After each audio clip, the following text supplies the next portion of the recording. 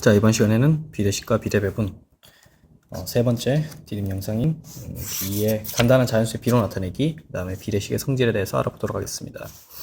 자, 먼저 여기에는 지금 0.4 대 0.3이라는 B가 있는데, 자, 어떤 수로 이루어져 있습니까?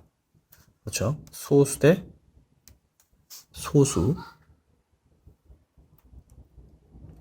B죠.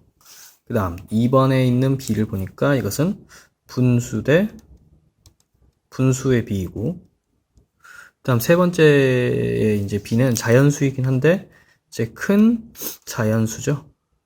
큰 자연수 대 이제 큰 자연수로 이루어진 B가 있겠습니다. 그 다음 마지막으로는 뭐 소수 대 분수꼴, 소수 대 분수꼴에 이제 이 B가 있는데, 이것을 어떻게 자연수, 간단한 자연수의 B로 나타낼 것인가? 간단한 자연수의 B.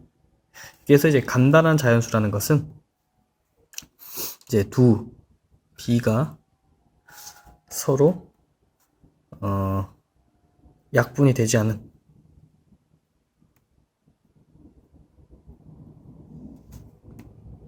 이제 두 B가 아니라 두 항이, 여기 앞에 있는 전항과 후항이 이제 서로 약분이 되지 않게끔 만들어준다가 되겠습니다. 혹은 여기 같은 경우는 자연수가 아니죠. 그래서 자연수로 만들어주자. 간단한 자연수로 만들어주자. 제가 되겠습니다. 0.4와 0.3 같은 소수에는 자, 몇을 곱해주면 되겠습니까? 보통. 그렇죠? 보통 10이라는 숫자를 곱해주면은 0.4 곱하기 10은 4가 되고 0.3 곱하기 10은 3이 됩니다. 그래서 각각 두 항에, 전항과 후항에 10을 곱해주면은 몇으로 나타낼 수 있습니까? 4 대 3이라는 B가 나타나겠죠? 이 4 대 3은 각각 서로 나눠집니까? 나눠지지 않죠. 그러니까 그냥 이거는 4 대 3으로 나눠주면 되고, 이 방법은 곱하기 10을 하면 되겠습니다. 그 다음 두 번째, 이렇게 3 대 4가 있네요. 3분의 1 대 4분의 1의 분수 대 분수의 B가 있습니다. 자, 이런 경우에는 이것을 자연수로 고쳐주려면 무엇을 곱해면 좋을까요? 그렇죠. 바로 이 3과 4, 즉 분모의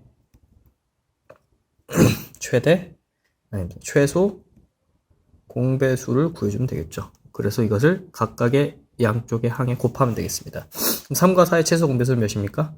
3 곱하기 4를 해주면 12가 나오죠. 그래서 12가 최소 공배수인데, 이 3분의 1 곱하기 12 대 4분의 1 곱하기 12를 계산해주면 얼마가 나오느냐? 약분해서 4 대 3이 나옵니다. 그래서 이런 경우에는 최소 공배수를 어떻게 해라? 곱해주라. 그 다음 세 번째, 큰 자연수네요. 이 30대 50이라는 자연수, 뭐 좋습니다. 이렇게 B를 나타낼 수도 있겠죠. 그런데 가장 간단한 자연수로 나타내자라고 했으니까 이것을 몇으로 나눠주면 되겠냐? 자, 뭐 3으로 나눠줘도 될까? 뭐 5도 되겠네요. 그런데 보니까 이 30과 50의 최대 공약수를 구해봅시다. 그러면 15, 25, 그 다음에 5를 해주면 5, 3, 15, 5, 25. 더 이상 나눠 떨어지지 않죠. 그래서 2와 5를 곱한 값이 최대 공약수가 되겠죠. 그래서 이것의 최대 공약수는 10이 되겠습니다. 그럼 이 10을 어떻게 주냐? 나눠주는 거죠. 각각의 좌항과 우항을 10으로 나눠주면 3대 5가 됩니다. 그렇게 해서 자연스럽게 최소 이 자연수의 B로 나타날 수 있겠죠. 그 다음 마지막 0.7과 5분의 1이 있습니다. 자, 이런 것 같은 경우는 소수와 분수가 있으니까 이거를 전부 다 자연수로 고쳐주면 되겠죠. 일단 여기서 0.7이 있으니까 그냥 0.7에다가 곱하기 10을 해봅시다. 그럼 얼마입니까? 7이 되죠.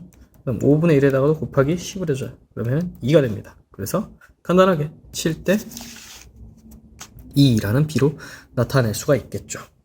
그래서 이런 식으로 여러분들이 각각 소수 같은 경우는 뭐 10을 곱해주고, 뭐 분수 같은 경우는 최소 공배수를 곱해주고, 큰 자연수 같은 경우는 이 두 수의 각각의 최대 공약수로 나누어주고, 그 다음에 이 0.7 대 5분의 1은 같은 소수와 분수의 합은 뭐 10을 곱해준다거나, 아니면 뭐 소수를 분수로 고쳐서 계산하는 방법도 있겠죠. 그래서 이런 방법들을 이용해서 우리가 계산하시면 되겠습니다.